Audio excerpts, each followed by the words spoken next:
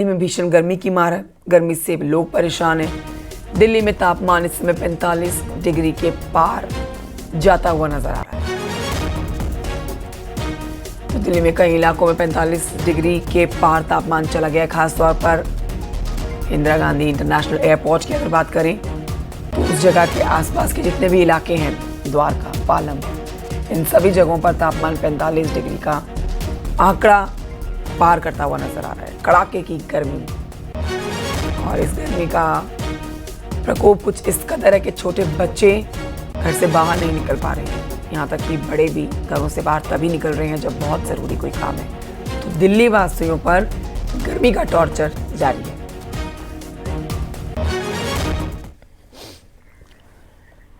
इस बीच आपको ये बताएंगे, यूपी समेत पूरे उत्तर भारत में इस समय प्रचंड गर्मी पड़ रही है। तेज धूप के साथ ही गर्म हवाओं के साथ लू के थपेड़े लग रहे हैं। 30 जिलों में हीट वेव का अलर्ट जारी किया गया है। आप जानिए कि आपके इलाके में भी क्या हीट वेव का अलर्ट जारी किया गया है। नहीं, रिपोर्ट देखिए।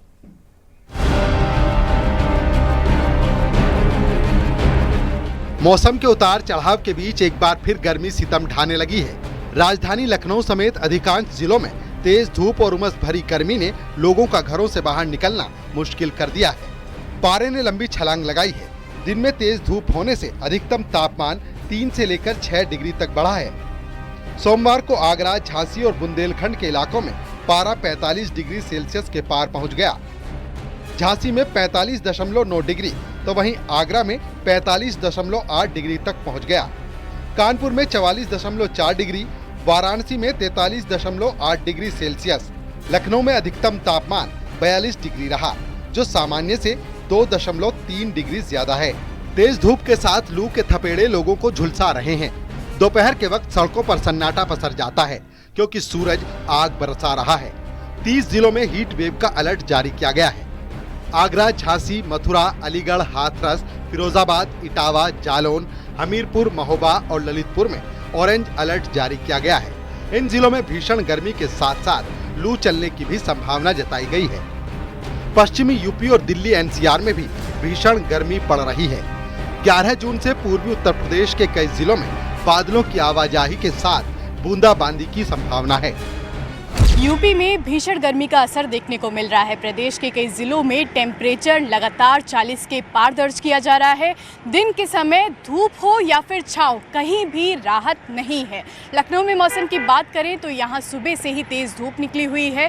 तेज धूप और उमस भरी गर्मी ने दिन के समय लोगों का घरों से बाहर निकलना मुश्किल कर दिया है। 2 दिन का ऑरेंज अलर्ट दिया गया है। उसी में अगर हम पूर्वी उत्तर प्रदेश की बात करें तो पूर्वी उत्तर प्रदेश के जो सदर्न पोर्शन है वहाँ पर हीट वेव का 2 दिन के लिए अलर्ट जारी है। तो कहीं ना कहीं आने वाले अगला 3 दिन थोड़ा सा गर्मी वाला रहेगा। उसके बाद धीरे धीरे जैसा कि पूर्वी हवाओं का आगमन मजबूत होगा। इसका मेन वजह है कि एक पश्चिमी विक्षोभ सक्रिय हो रहा है, तो धीरे धीरे उसका मूवमेंट इंडिया की तरफ आएगा, तो जिसकी वजह से पूर्वी हवाओं का आगमन प्रदेश में रहेगा, तो कहीं ना कहीं तापमान में कमी मिलेगी। आगरा में गर्मी के टॉर्चर से लोग परेशान हैं। सुबह से ही टेम्परेचर बढ़ने लग जाता है, जिससे घरों से निकलना मुश्किल हो रहा है। अभी हम इस समय एक जूस की दुकान पर मौजूद है और आपको दिखाना चाहूंगा, लोग यहाँ पर जूस पीने आ रहे हैं। तमाम जो लोग हैं उनसे भी बात कर लेते हैं कि गर्मी किस तरीके की है। भैया, गर्मी कितनी है? गर्मी बहुत है भैया, बहुत ज़्यादा। देखिए, तापमान की बात की जाए तो कल तापमान इतना भयंकर था कि पिछले 10 सालों का रुका ही नहीं जा रहा है। अब एसी में भी बैठे हैं ना तो वही दम सा ही उठ रहा है। मतलब भैया तो बैठे ही रहो, बाहर निकलो मत। अभी यहाँ देखो, अब बस घर से निकले कि घर से थोड़ा दूर ही निकले कि यहाँ जूस पी रहे हैं। कानपुर का भी यही हाल है। यहाँ तापमान 43 डिग्री तक पहुँच चुका है। सोमवार को सुबह ही नहीं, रात में भी गर्म हवाएं झुलसाती रहीं। रात के वक्त पारा 36 डिग्री पहुँच गया। मौसम विभाग की माने तो तापमान 45 डिग्री तक पहुँचेगा और कानपुर मंडल के कई जनपदें जहाँ 45, 44 और 45 तक तापमान फ्लोट करेगा। आने वाले 48 घंटों तक तापमान 45 और 46 के बीच में रहेगा और हीट वेव चलेंगे। बुंदेलखंड में सबसे ज्यादा गर्मी का प्रकोप देखा जा रहा है। बुंदेलखंड के 7 जिलों में पड़ रही भीषण गर्मी से आम जनजीवन पर असर पड़ रहा है। झांसी में बेतहाशा गर्मी पड़ रही है। अस्पताल मरीजों से भर चुके हैं, वहीं शहर की सड़कें दिन में ही सूनी हो जाती हैं। इसके अलावा सुबह 7 बजे से ही लू चलने लगती है। समस्या का है, समस्या तो कानून नहीं है। अपने कल है ड्यूटी कर रहे हैं। हाँ? गर्मी बहुत पड़ रही है। गर्मी के लाना परेशान है बस। गर्मी से परेशान है। जिस तरह से भीषण गर्मी पड़ रही है उससे डॉक्टरों ने भी दोपहर 12 से 4 बजे के बीच घरों से बाहर न निकलने की सलाह दी है। Bureau report, news 18, UP Uttarakhand.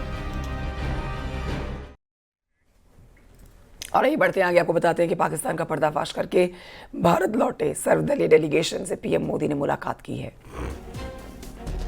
Sources के मुताबिक इस मुलाकात के दौरान पीएम मोदी ने कहा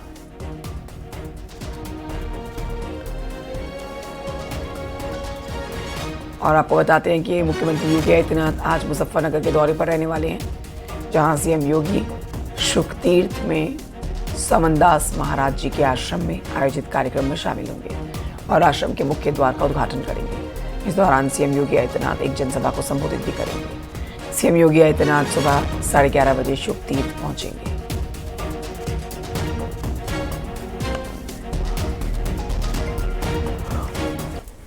और अब आपको बताएं कि पाकिस्तान का पर्दाफाश करके भारत लौटे सर्वदलीय डेलीगेशन से पीएम मोदी ने मुलाकात की है। गुलाम नबी आज़ाद आप देख रहे हैं, शशि थरूर भी आपको नजर आएंगे। तो आप इस मुलाकात को देखकर कहिए कि कांग्रेस के कद्दावर नेता भी इस समय पीएम के साथ मुलाकात के दौरान बेहद खुश नजर आए। और सोर्सों के मुताबिक इस मुलाकात के दौरान पीएम मोदी ने कहा कि सभी दलों के प्रतिनिधियों का एक साथ अलग अलग देशों का दौरा करना भारत की ओर से एक बड़ा संदेश है। भारत के संदेश को, भारत की स्टोरी को दुनिया के सामने रखने के लिए इस तरह से प्रतिनिधिमंडलों को विदेश में जाना चाहिए। और सोर्सेज के मुताबिक इस दौरान पीएम मोदी ने सर्वदलीय प्रतिनिधिमंडल का उनकी सराहना भी की।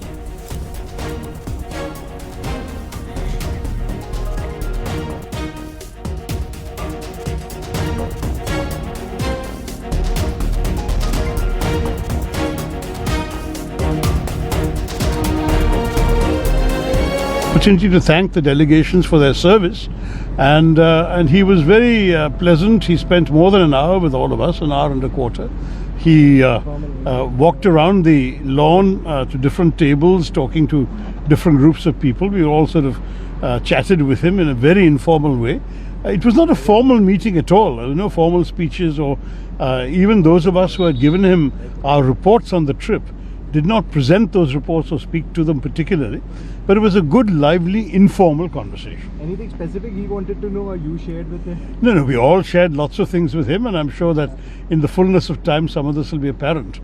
But one general proposition I've noticed is that in every country, people came back saying this was a very good idea, that countries appreciated having members of parliament come and visit them. And we all suggested we should make a practice of this more often, sending MPs to engage with legislators in other countries. And the Prime Minister certainly seemed to take that idea on board. It was his idea to begin with, but it was well received in other countries. Bahraich में CM योगी ने महाराजा सोहेलदेव की 40 feet ऊंची प्रतिमा का अनावरण किया और इस मौके पर सीएम योगी ने साफ कहा कि विदेशी आक्रांताओं का महिमा मंडन बंद होना चाहिए।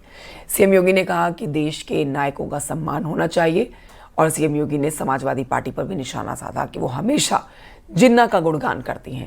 रिपोर्ट देखिए। के नाम पर कोई आयोजन नहीं होने चाहिए।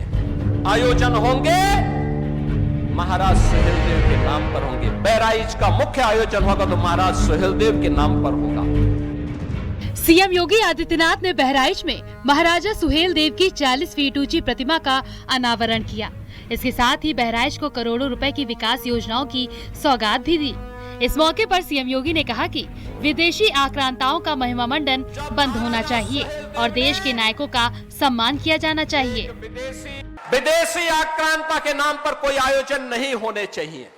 आयोजन होंगे महाराज सोहेलदेव के नाम पर होंगे। बहराइच का मुख्य आयोजन होगा तो महाराज सोहेलदेव के नाम पर होगा।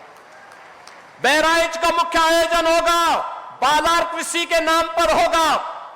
इस मंडल का मुख्य आयोजन होगा आदि शक्ति मां पाटेश्वरी के नाम पर होगा, किसी विदेशी आक्रांता के नाम पर नहीं होगा। सीएम योगी ने समाजवादी पार्टी पर निशाना साधते हुए कहा कि एसपी हमेशा जिन्ना का गुणगान करती है। सीएम योगी ने कहा कि विदेशी आक्रांता सैयद सलार गाजी का मेला अब नहीं लगेगा। समाजवादी पार्टी जिन्ना का गुणगान करती है, राष्ट्र तोड़क जिन्ना का गुणगान करती है। जब हम लोग महाराजा सुहेलदेव के विजयोत्सव को मनाने की बात करते थे, तब कांग्रेस और समाजवादी पार्टी में होड़ लगती थी कि नहीं, गाजी मियां का विवाह होना चाहिए। हमने कहा विदेशी आक्रांताओं का महिमा मंडन नहीं होना चाहिए। और मैं धन्यवाद दूंगा उन सभी लोगों को जिन्होंने इस बार से गाजी के नाम पर होने वाले आयोजनों को पूरी तरह से बंद करवा दिया है। बहराइच में सीएम योगी ने कहा कि अयोध्या में भगवान राम का भव्य और दिव्य मंदिर बना, जिसमें रामलला विराजमान हुए और अब राजा राम का दरबार मंदिर में स्थापित हो गया है। हम अपनी सनातनी परंपरा को आगे बढ़ाएंगे। देश को खंडित और अपमानित करने वालों का महिमा मंडन अब नहीं होगा। न्यूज़ 18 के लिए ब्यूरो रिपोर्ट।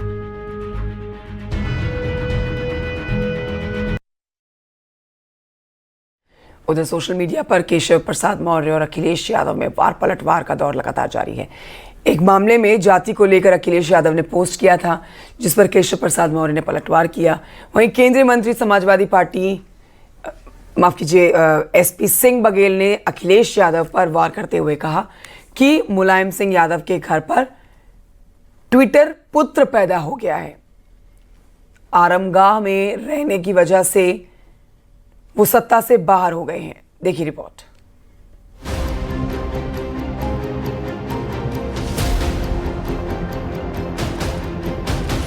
केंद्रीय मंत्री एसपी सिंह बघेल ने अखिलेश यादव पर तीखा निशाना साधा है। एसपी सिंह बघेल ने अखिलेश यादव पर वार करते हुए कहा कि मुलायम सिंह यादव के घर ट्विटर पुत्र पैदा हो गए हैं। आरामगाह में रहने की वजह से ही वो सत्ता से बाहर हो गए। धरती पुत्र मुलायम सिंह के यहाँ एक ट्विटर पुत्र पैदा हो गए हैं जो समसामयिक राजनीति और घटनाओं पर केवल ट्वीट करते हैं, और इसीलिए आरामगाह में रहने की वजह से 14 में वो बाहर हो गए, 17 में बाहर हो गए, 19 के इलेक्शन में बाहर हो गए, 22 में बाहर हो गए और 24 में बाहर हो गए। इसलिए दुश्मन का दुश्मन हमारे दोस्त के सिद्धांत पर एक दुरभिसंधि राहुल गांधी, अखिलेश, ममता बनर्जी आदि कर रहे हैं। अखिलेश यादव ने सोशल मीडिया पर पोस्ट कर लिखा कि बीजेपी की अंदरूनी राजनीति की लड़ाई जारी है। एसपी का कहना है कि 2027 में जनता तय करेगी कौन किसके साथ है। आप समाज में बंटवारे की राजनीति करते हैं। जिस तरह से सांप्रदायिक शक्तियों ने समाज को बांट करके सत्ता हासिल करने की कोशिश की है, यह उत्तर प्रदेश की जनमानस देख रही है। श्री अखिलेश यादव जी के यशस्वी नेतृत्व में केशव प्रसाद मौर्य जी और आपकी पूरी सरकार 2027 में जो परिणाम समाजवादी पार्टी देगी, आप कहीं पर भी दिखाई नहीं देंगे। पहले आप सिराथू की जमीन बचाने के बारे में सोचिए, उसके बाद आप उत्तर प्रदेश की जनमानस में जीतने की बात करिएगा। बीजेपी का कहना है कि हम अगड़े और पिछड़े नहीं, बल्कि सबका साथ सबका विकास के लिए काम करते हैं। एसपी ने एक विशेष वर्ग और परिवार को लाभ दिया है। भारतीय जनता पार्टी की सरकार सबका साथ, अपराधियों की जाति और धर्म तो अखिलेश यादव पता करते थे और उसके आधार पर कार्रवाई करते थे। कांग्रेस का कहना है कि केशव मौर्य को जब चुनाव जीतना होता है तो वो पिछड़ी जातियों की बात करते हैं, लेकिन बाद में बीजेपी के मनुवादी एजेंडे पर काम करने लगते हैं। उनके ऐसे बयानों का जनता जवाब देगी। केशव प्रसाद मौर्य जी जब उनको उप मुख्यमंत्री बनना होता है, उनको चुनाव लड़ना होता है, तो वो पिछड़ी जाति का नारा बहुत तेज लगाते हैं, लेकिन जैसे ही वो सत्ता में आते हैं वो भारतीय जनता पार्टी के मनुवादी एजेंडे पर काम करने लगते हैं। ऐसे बयान जो वो दे रहे हैं वो जनता उनका जवाब देगी। जाति को लेकर अखिलेश यादव के सवालों पर केशव प्रसाद मौर्य ने सोशल मीडिया पर पोस्ट कर जवाब दिया। वहीं अखिलेश की तरफ से भी वार पलटवार जारी है। Bureau report, news 18।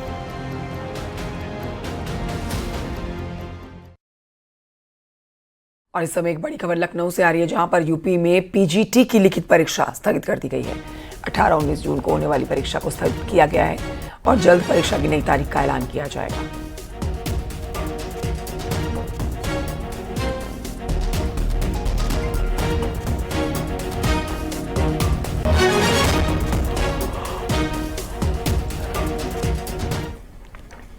नोएडा से समय एक बड़ी खबर आ रही है, जहां पर सेक्टर 61 मेट्रो स्टेशन के पास में एक कार में आग लग गई।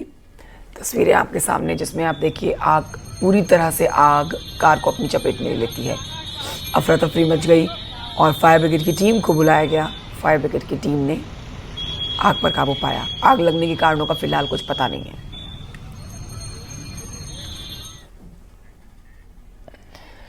उधर लखीमपुर खीरी में प्राइवेट बस और पिकअप की आमने सामने की जोरदार टक्कर हुई। हादसे में एक शख्स की मौत हो गई जबकि 10 लोग घायल हुए हैं।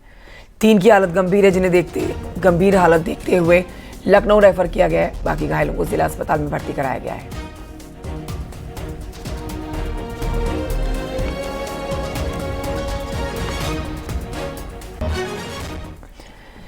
बड़ी खबर प्रयागराज से आ रही है, जहां पर पुलिस ने स्मैक के साथ एक तस्कर को गिरफ्तार किया। बरामद स्मैक की कीमत 1 करोड़ 40 लाख रुपए बताई जा रही है। बाराबंकी का रहने वाला स्मैक तस्कर प्रयागराज में स्मैक डिलीवरी करने आया था।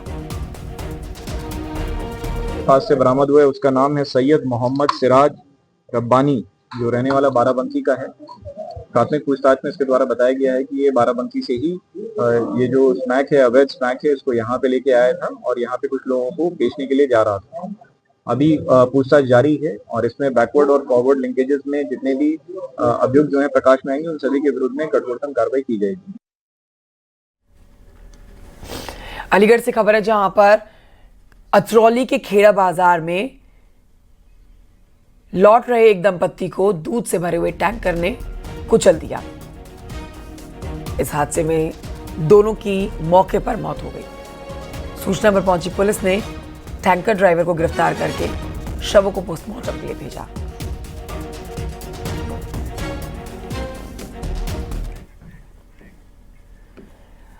यहां वक्त एक छोटे से ब्रेक का है, कहीं मत जाइए, जल्द लौट रहे हैं।